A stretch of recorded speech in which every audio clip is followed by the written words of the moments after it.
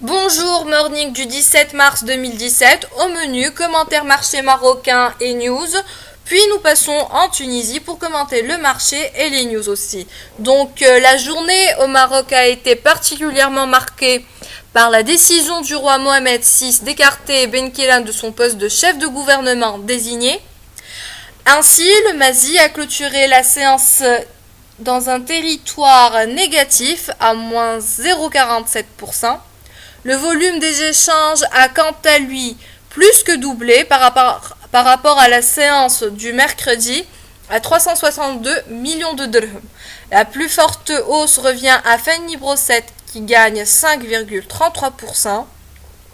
La seconde à Quartier Sarad qui revient au vert gagnant 5,07%.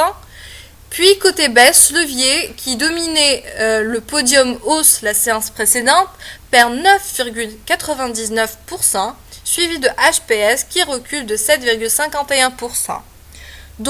Côté news et publications marocaines, Menejem publie ses comptes pour le titre de l'année 2016, qui dégageant un chiffre d'affaires consolidé à 4 370 000 dirhams, en hausse de 1%, vu les effets positifs des hausses de la production de cuivre et d'argent et la reprise des cours des métaux pendant le second semestre de l'année. Des réalisations bien au-dessus de nos estimations, qui tablaient sur une hausse de 12% du chiffre d'affaires. La société a pu atténuer l'impact négatif de la baisse de la production d'or à Bakoudou.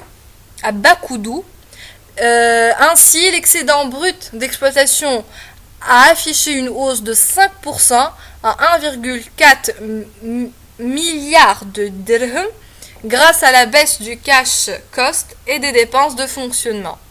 Le résultat net part du groupe a quant à lui progressé de 41% à 289 millions de dirhams contre 233 millions de dirhams estimés par Alphamena. Ceci après une amélioration du résultat financier de 41%. Ce dernier reste cependant négatif à moins 148 millions de dirhams.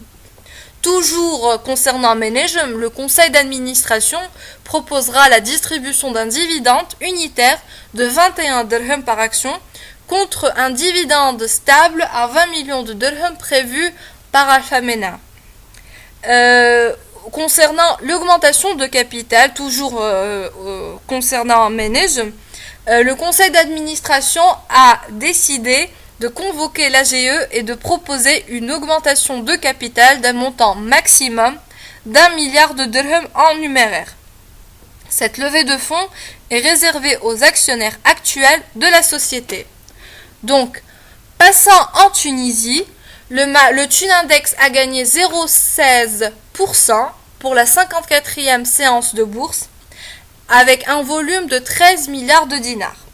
Au podium hausse, nous retrouvons Electrostar qui gagne 4,39%, suivi de MPBS à 3,55% et Poulina Group qui se place en troisième place, gagnant 2,72%.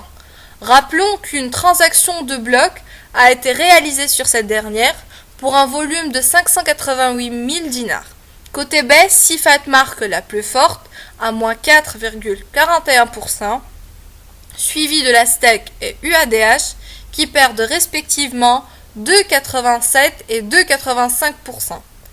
À signaler aussi le mouvement des étrangers, une vente nette de 3 942 000 de dinars, dont 3,3 millions sur Aduia et 597 000 dinars sur Eurocycle. Aussi que nous signalons que le CMF a décidé la reprise de la cotation du titre SITS, et ce à partir de la séance de ce matin. Côté news, et nous commençons par les pharma, qui après la résolution des problèmes entre la Sifat et l'Apseco, les laboratoires pharmaceutiques tunisiens exportent de nouveau vers la Libye. La valeur de ces exportations est prévue à 22 millions de dinars en 2017.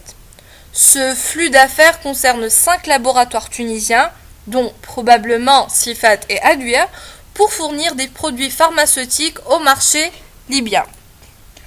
Toujours dans le pharma, Unimed a annoncé hier sur les ondes de Express FM une acquisition de 48 millions de dollars d'un groupe pharmaceutique opérant dans la région d'Afrique de l'Est, notamment l'Ouganda, la Tanzanie, le Kenya, le Burundi et le Rwanda. Nous tenons à vous rappeler que la plateforme en question est Abacus Pharma, spécialisée dans la distribution de médicaments, détenant un entrepôt de 4000 m², des pharmacies et 25 000 points de vente de médicaments. L'acquisition sera finalisée avant la fin du mois de juin 2017 et serait probablement financée par dette. Cette acquisition est, à notre sens, soutenable en considérant le free cash flow moyen de 12 millions de dinars par année. Donc, passons aux news financières. Serein et sûr du potentiel de sa compagnie, Monsieur Issa Hidoussi a assuré la communication financière de Bestlease, tenue au siège de la bourse le jeudi 16 mars 2017. Le directeur général a présenté les chiffres 2016, indiquant une évolution progressive du loueur et mettant un point sur le fait que le loueur a toujours respecté, voire même dépassé son business plan.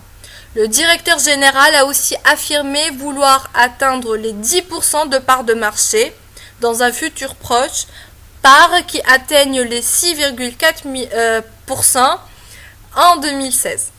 Les grandes lignes d'un nouveau business plan ont ainsi été présentées, visant un encours de 226 millions de dinars en 2017, pour un encours de 214 millions de dinars en 2016 et un encours prévu de 308 millions de dinars en 2021. Aussi, un dividende à hauteur de 15% de la valeur nominale est attendu en 2021 contre 11% en 2016. Interrogé sur la constitution du portefeuille client et le poids de Bestlease dans le secteur, M. Hidoussi a précisé en citant un proverbe tunisien que la stratégie de Bestlease s'articule sur les fondements du leasing, à savoir être au service de ceux qui n'ont pas les critères et les prédispositions à financer leurs activités à travers les banques. Ainsi, des dires du directeur général, Bestlease est le bon samaritain, respectant les préceptes du leasing. De ce fait, toujours selon ce dernier, la profondeur de l'étude du dossier et les critères de solvabilité indiscutables du loueur font que la croissance du carnet de commandes croît de façon modeste.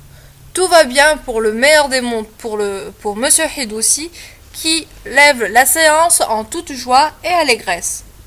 Je vous souhaite une excellente journée, un très bon week-end et à lundi.